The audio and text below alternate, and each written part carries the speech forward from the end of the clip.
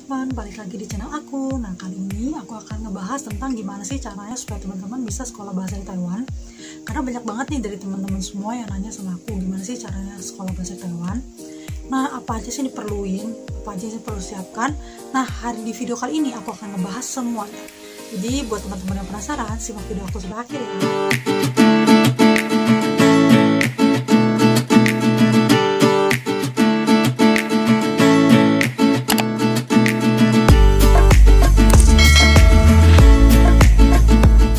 Jadi kali ini aku akan ngebahas 4 poin. Poin pertama itu adalah bagaimana sih caranya supaya kita bisa apply sekolah bahasa Taiwan. Yang kedua adalah waktu pembelajaran dan periodenya. Nah, yang ketiga itu adalah apa aja sih yang dipelajarin? Sekolah bahasa gitu, apa aja sih yang dipelajarin? Oke, yang keempat itu yang paling terakhir adalah pertanyaan yang paling banyak teman-teman tanyakan. Jadi aku akan menjawab satu persatu pertanyaan-pertanyaan yang paling banyak ditanyakan. Tadi itu adalah 4 poinnya. Nah, nanti dari 4 poin ini nanti aku akan jadikan 2 video. Atau aku akan bagi jadi 2 part. Nah, part 1 itu isinya adalah bagaimana cara apply sekolah, kemudian adalah waktu dan periode sekolah, dan apa aja yang dipelajarin. Oke. Nah, video kedua itu aku akan menjawab semua pertanyaan-pertanyaan kalian. Jadi pertanyaan-pertanyaan kalian itu aku akan jawab. Nah, nanti kalian akan tahu dari pertanyaan-pertanyaan itu apa sih enaknya sekolah Mandarin di Taiwan. Jadi kalian jangan lupa lihat part 2-nya karena ini bakal buat kalian wah, seru banget sekolah di Taiwan itu. Nanti kita masuk ke poin pertama, yaitu gimana sih caranya supaya kita bisa daftar sekolah bahasa Taiwan, apa aja yang dibutuhin. Nah, yang pertama itu adalah teman-teman pastinya harus memilih sekolah atau yang menyediakan program sekolah bahasa atau studi bahasa di Taiwan. Nah, biasanya yang menyediakan itu adalah sebuah universitas, jadi teman-teman harus cari teman-teman pengen masuk di mana. Nah, kemudian teman-teman langsung masuk ke websitenya, kemudian teman-teman isi formulirnya. Jadi formulirnya itu teman-teman bisa isi secara online. Nah, bisa formulirnya itu biasa ya isi data pribadi. Kemudian itu akan dilampirkan dokumen-dokumen tambahan seperti paspor. Kedua itu adalah transkrip nilai atau ijazah. Yang buat teman-teman yang lulus kuliah ada ijazah. Nah, ijazah ini harus sama seperti kuliah ya. Ijazah ini harus ditranslate dalam bahasa Inggris dan kemudian dilegalisir oleh TETO. Nah, buat teman-teman yang pengen tahu gimana caranya daftar kuliah di Taiwan, teman-teman bisa lihat video aku selanjutnya. Nanti aku akan sediakan linknya. Nah, kemudian buku tabungan itu 3 bulan terakhir. Jadi dia minta data tabungan kamu 3 bulan terakhir, kamu tinggal copy terus masukin dalamnya. Dan kalau bisa itu data tabungannya itu adalah ada cap banknya, jadi ada regalisir dari banknya. Nah, kemudian adalah biasa setelah kamu sediain itu, setelah kamu upload kamu tinggal kirim ke dia. Kemudian dalam 2-3 hari kerja, 2-3 hari, seingat aku dulu aku 2-3 hari kerja, seingat aku ya 2-3 hari kerja, aku udah langsung dapat email kalau aku tuh diterima. Tapi karena nanti kita apply visa itu mesti pakai surat diterima yang asli, nggak boleh yang di print, nggak boleh yang di fotokopi, jadi mesti asli. Jadi kita mesti menunggu sampai surat yang aslinya itu dikirim melalui pos dari Taiwan ke Indonesia. Nah, surat itu kurang lebih aku nunggu 1 bulan lebih, hampir 2 bulan. Kenapa bisa lama begitu? Karena pada saat kamu bisa lihat sendiri, aku ini diterima sekitar bulan Maret sampai bulan Mei. Jadi periode Maret sampai Mei. Jadi itu waktu itu adalah ada libur, selain ada libur Imlek, ada libur tahun baru segala macam. Jadi sangat lama waktu aku nunggunya. Nah, jadi setelah yang dipakai untuk membuat visa itu adalah seperti ini. Jadi surat diterimanya itu adalah seperti ini kurang lebih. Surat diterima ini adalah seperti ini kurang lebih. Jadi ini surat kalau kamu diterima sekolah. Nah, ini nanti yang dipakai untuk membuat visa. Nah, yang kedua itu adalah waktu dan periode sekolah. Jadi waktu dan periode sekolah itu misalnya 1 semester itu berapa lama sih? Pasti banyak banget yang pengen tahu 1 semester berapa lama sih. Nah, kalau sekolah bahasa itu 1 semester itu sekitar 3-4 bulan. Nah, jadi setiap sekolah itu beda-beda. Kayak aku sekolah di SETA, 1 semester itu cuma 3 bulan. Jadi 1 semester cuma 3 bulan. Dan biasanya kalau jam sekolah itu tergantung kita. Nah, kemudian jam sekolahnya satu hari berapa lama sih? Oke. Jadi kalau di tempat aku ya, aku cerita di tempatku aja. Kayak aku sekolah itu dia dibagi dari 2 kelas. Yang pertama kelas reguler, nah yang kedua itu kelas insentif. Nah, apa bedanya kelas reguler dan kelas insentif? Sebenarnya masih ada kelas lain, yaitu kelas perorangan. Jadi one by one, aku sama guru gitu. Jadi cuma satu kelas one by one doang. Tapi aku nggak jelasin itu, kita akan nggak jelasin kelas reguler dan insentif aja. Nah, kelas reguler itu adalah kelas yang dimana kamu satu hari itu belajar selama 2 jam dan diwajibkan dalam 1 minggu itu mengikuti kelas tambahan selama 5 jam. Jadi itu bedanya. Nah, terus kemudian kalau kelas insentif itu adalah dimana kamu bersekolah itu 1 hari 3 jam dan tidak perlu untuk ikut kelas tambahan. Nah, itu bedanya di situ. Nah, kemudian kalau menurut aku pribadi ya, aku lebih suka ikut kelas reguler. Kenapa? Karena kelas reguler itu banyak banget kelas tambahan yang bisa kita pilih dan menurut aku asik-asik. Kenapa asiknya? Gini, asiknya itu kita bisa ketemu dengan banyak orang yang bukan dari kelas kita. Karena kalau di sekolah aku itu dia satu kelas cuman 5-10 orang. Kenapa 5-10 orang? Karena kalau menurut sekolah aku itu menganggap bahwa kita udah jauh-jauh sekolah bahasa sampai ke Taiwan. Jadi kita harus benar-benar prepare dan benar-benar bisa sekolah, benar-benar bisa bahasa.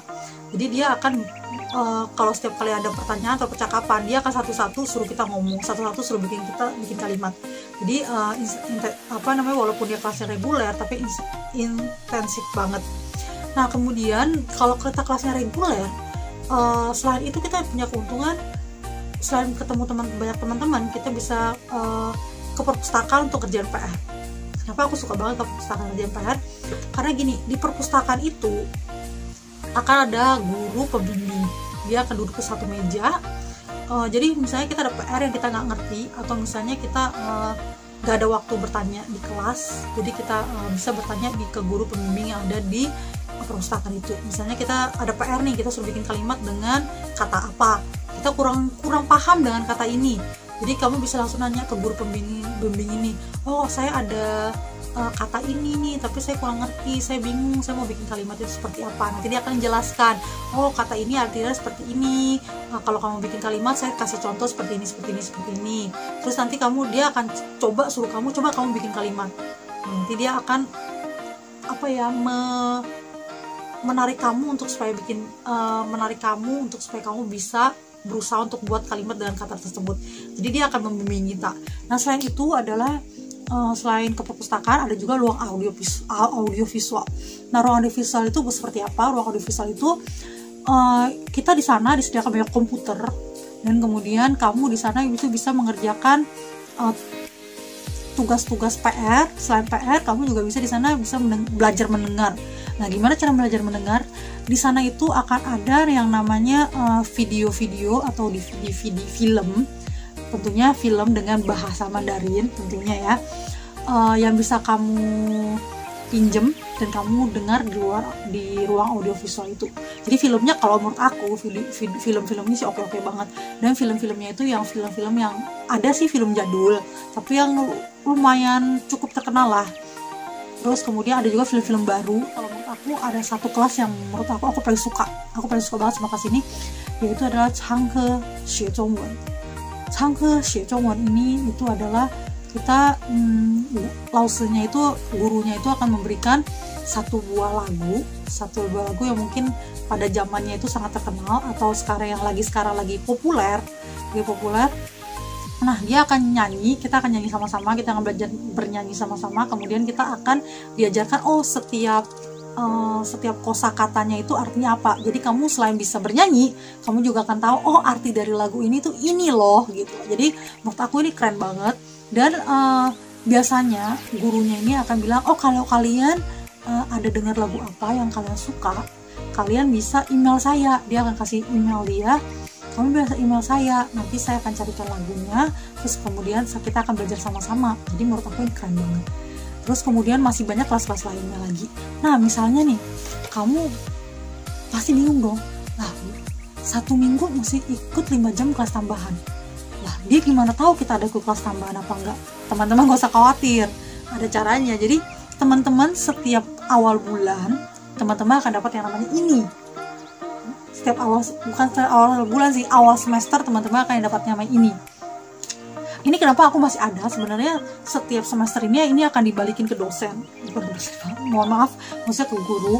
Tapi kenapa aku masih punya ini, karena waktu terakhir itu karena aku lagi daftar kuliah tapi masih sambil sekolah bahasa, jadi setelah aku diterima aku nggak sekolah bahasa lagi, jadi ini masih disimpan, jadi masih ada.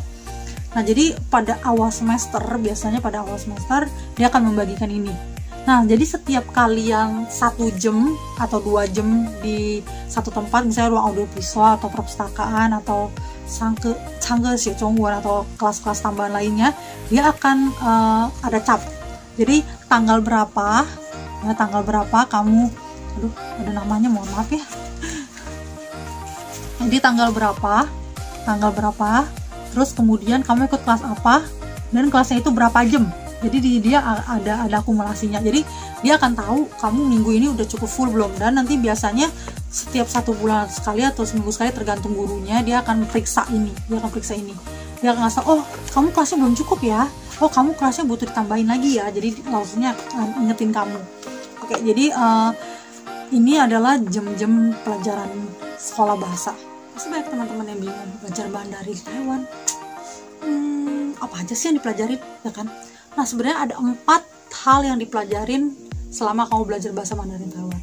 Yang pertama itu adalah mendengar, listening, atau yang disebut dengan ting. Jadi ting ini dia adalah meningkatkan kemampuan mendengar kamu.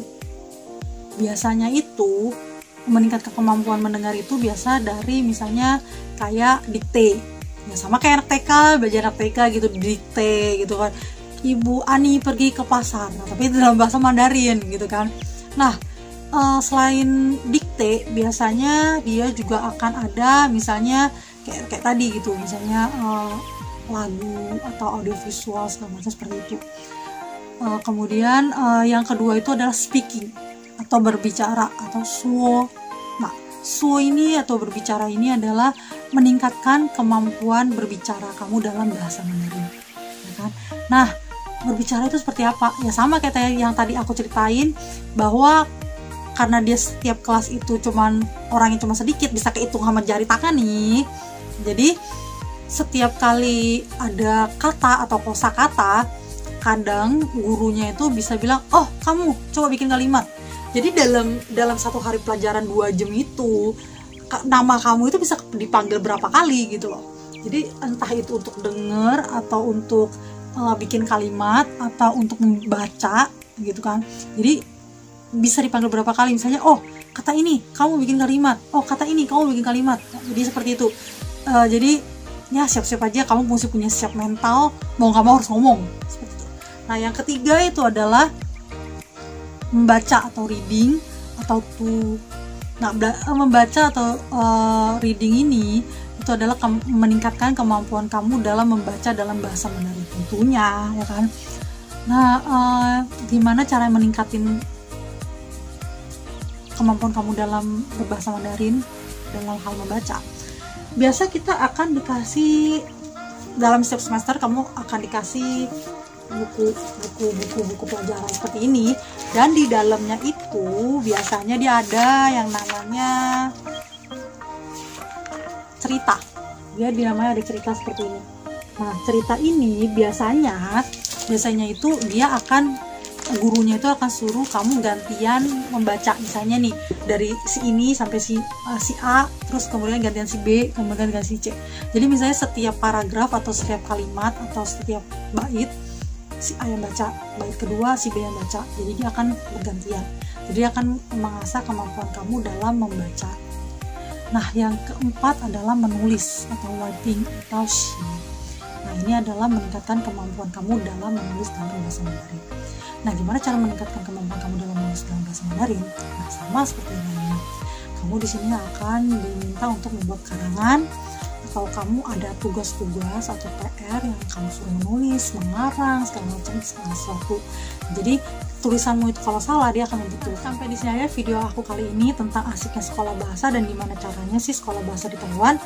Nah, jangan lupa buat teman-teman subscribe channel aku, kemudian di like, di komen, dan di share ke teman-teman kalian. Dan semoga video ini dapat membantu teman-teman untuk menjawab semua pertanyaan teman-teman semua. Dan sampai jumpa di video aku selanjutnya. Bye-bye.